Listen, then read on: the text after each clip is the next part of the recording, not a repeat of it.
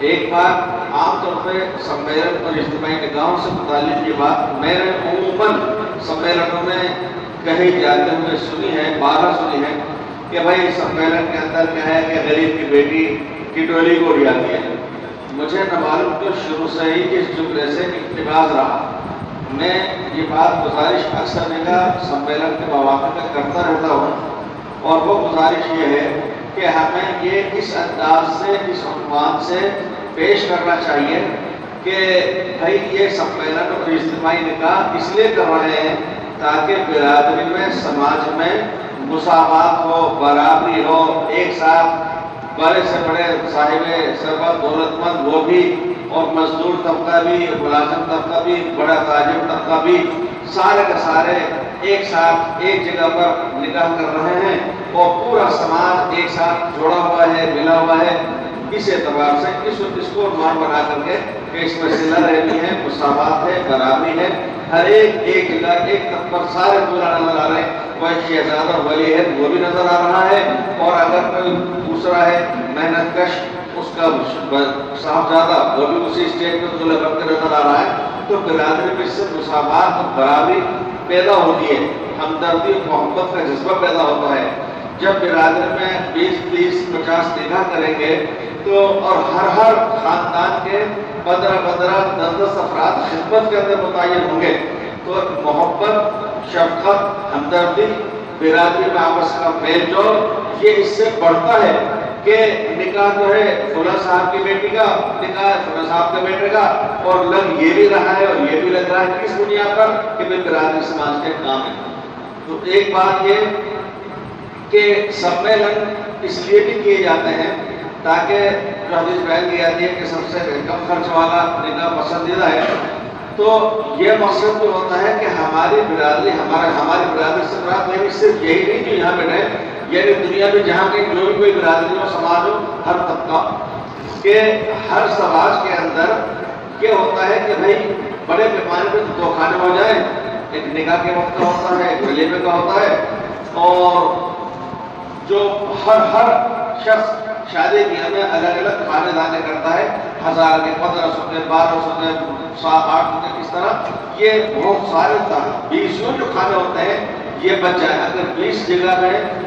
دگنا کر لیں تو 40 کھانے ہو رہے ہیں، تو 40 تو دن چاہیے۔ کبھی اس کے اندر یہ مقاصد ہوتے ہیں کہ اگر کریں گے اس سے ہٹ کر کے بھی تو برادری میں ایک جگہ پر 15 جگہ کھانے چل رہے ہیں۔ اب ایک شخص کی دعوت کی، ایک گھر کی دعوت 5 جگہ سے آ گئی، نہ وہ پورے طریقے سے ادھر جا سکتا ہے، نہ ادھر جا سکتا ہے، ان کو بھی شکایت، ان کو بھی شکایت۔ تو بہتر مناسب یہ ہے، حضرت مولوی صاحب دامدر کاتب کو بہت بھی اہمیت سے یہ تک فرما دیا کہ اس کے علاوہ کوئی دوسرا ہو بھی نہیں، لیکن کم سے کم درجے میں یہ تو ہم سوچیں کہ جو ہم 15-20 دیگے چڑھا کر کے چھوٹے موٹے کھانے کر رہے ہیں، اس سمیلن سے بہت پہلے بھی اور اس سمیلن کے چلے جانے کے مہینے بعد تک بھی میرا خیال یہ ہے کہ جو سمیلن کا ایک بہت بڑا مقصد آپ حضرات کے پیش نظر رہا کہ ہماری برادری سماج کا اتنا زیادہ وقت خرچ رہا ہو کہ 40 جگہ پر چھوٹے چھوٹے کھانے الگ الگ ہوں گے، تو 40 دن اس کے اندر لگیں گے، اس میں وقت لگے گا، کچھ دن آدھے دن کا کاروبار رشتہ داروں کو، خاص لوگوں کو چھوڑنا پڑے گا، تو یہ مالی خسارے بھی نہیں ہو، یہ مقصد تھا، اور بلا وجہ پیسہ اس میں خرچ نہ ہو، یہ مقصد تھا۔ لیکن اگر سارے کے سارے اس سے آگے پیچھے کھانے کرتے چلے جا رہے ہیں تو وہ مقصد بہت ہو رہا ہے۔ اس سلسلے میں صاحب ثروت اور دولت مندوں سے زیادہ جو دل کے درد کے ساتھ گزارش کی جا سکتی ہے وہ میں اپنے جیسے محنت کش مزدور طبقے سے، ملازم طبقے سے کرنا چاہتا ہوں کہ ہم لوگ جب جمع کرتے ہیں پونجی شادی بیاہ کے لیے کہ بڑے اچھے پیمانے پر کریں گے، لیکن ہر ایک سماج کی برادری وہ سمیلن کا جب انتظام کر لیتی ہے اور میرے سے کہتی ہے آپ صرف 25,000 دے دیجیے، 30,000 دے دیجیے، جو بھی دے ہو، اور ایسا ہے کہ انشاءاللہ ایک جگہ سارا خرچہ ورچہ سب ہو جائے گا۔ اب میں سوچتا ہوں کہ میں نے جمع تو کیا تھا پورا 1.5 لاکھ اور اس پہ 25,000 میرا کام ہو گیا، مجھے 1.25 لاکھ بھی کر کے رکھنا ہے۔ اب میں ایک دولت مند بڑے حاضر وہ تو آگے پیچھے بڑے کھانے ایسے شان نہیں دکھا رہے، لیکن میں اس میں اپنی شان دکھانے کے لیے چھوٹے کھانے بھی کر رہا ہوں، بڑے کھانے باتیں بھی کر رہا ہوں. تو میرا خیال ہے برادری میں یہ ذہن بھی بنانا چاہیے کہ بھائی اس سے ہٹ کر کے ہم کھانے کرتے ہیں. اچھا اتفاق سے جیب اور اس کا نام ہے چھوٹا کھانا، لیکن وہ چھوٹا کھانا بھی کئی ہزار کا ہے. میں نے تو ایسا بھی مشاہدہ کیا ہے کہ بہت بڑی برادری میں ایک صاحب نے سمیلن کے بعد پوری برادری کا بھی کھانا کیا ہے اور وہ تو ان کا چھوٹا کھانا. تو یہ سر ایک بات گزارش یہ ہے کہ سمیلن میں اجتماعی نکاحوں کے اندر کئی رقمیں ہو سکتی ہیں. مجھے نہیں معلوم آپ کے اندر کیا دستور ہے، لیکن جو عموماً ہوا کرتا ہے اور جگہ پر ہوتا ہے وہ میں عرض کر رہا ہوں کہ اس کے اندر ایک سب سے پہلے تو اصل صاحب خانہ سے ہی کچھ فیس لے لی جاتی ہے، اور دوسرے اس کے اندر کچھ سماج برادری کے صاحب سرورت حضرات بھی خاموش کے ساتھ پیسے سے اقدار و تعاون کر دیا کرتے ہیں.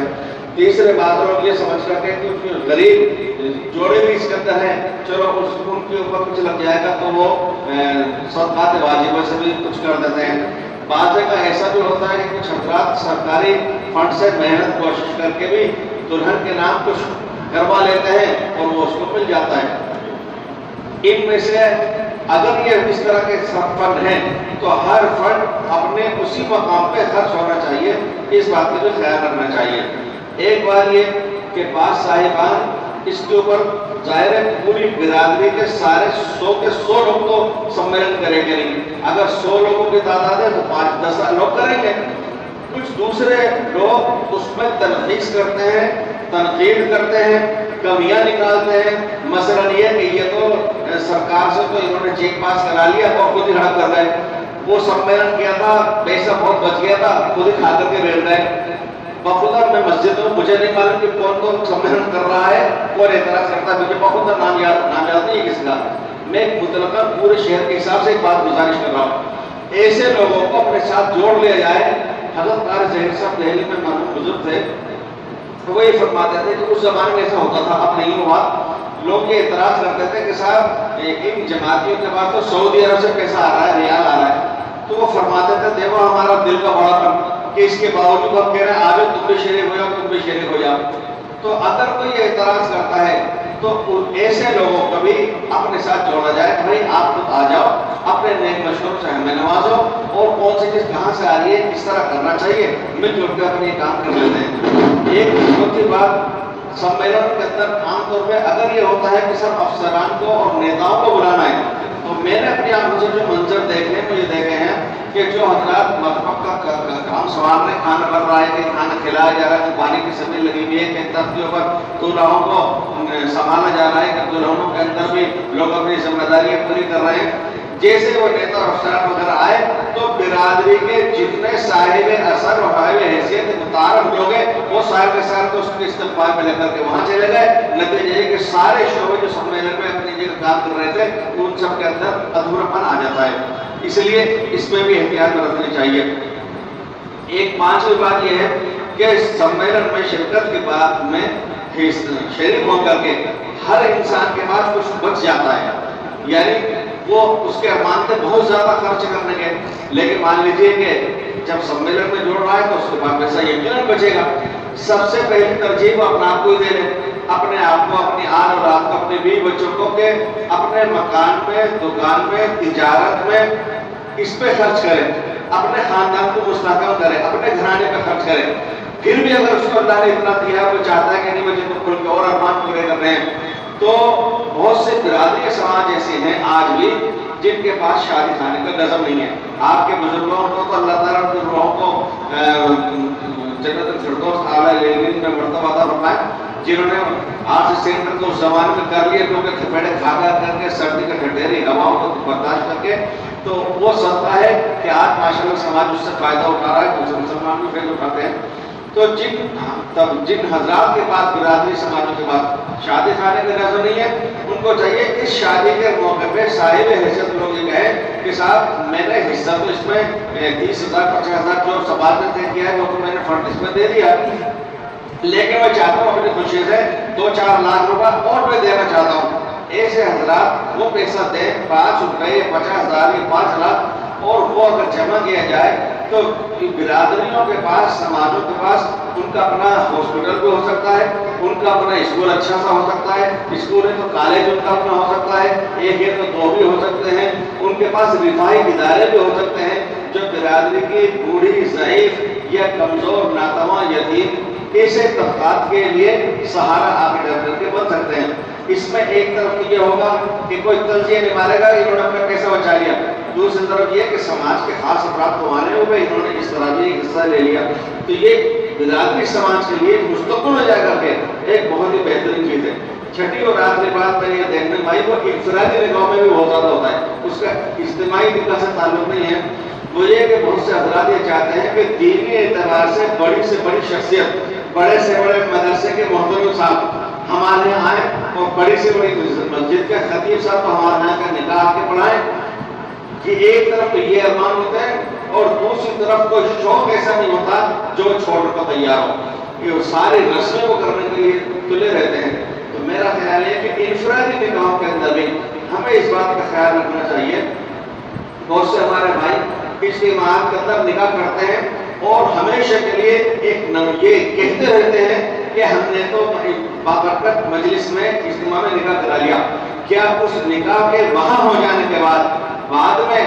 آپس کے اندر ساری کی ساری رسمیں نہیں ہو رہی ہیں، سارے کے سارے کا لین دین نہیں ہو رہے ہیں، سارے کی ساری جو صورتیں نہیں ہو رہی ہے اس کے بغیر ہوتی تھی وہ نہیں ہو رہی ہیں، سارے کام بغیر ہو رہے ہیں۔ اس لیے میرا خیال ہے کہ ہم لوگ سمیلن بھی زیادہ اس میں حصہ لیں، انفرادی نکاحوں کے اندر بھی اصلاح کی ہم کوشش کریں۔ اللہ تعالیٰ شاید مجھے آپ کو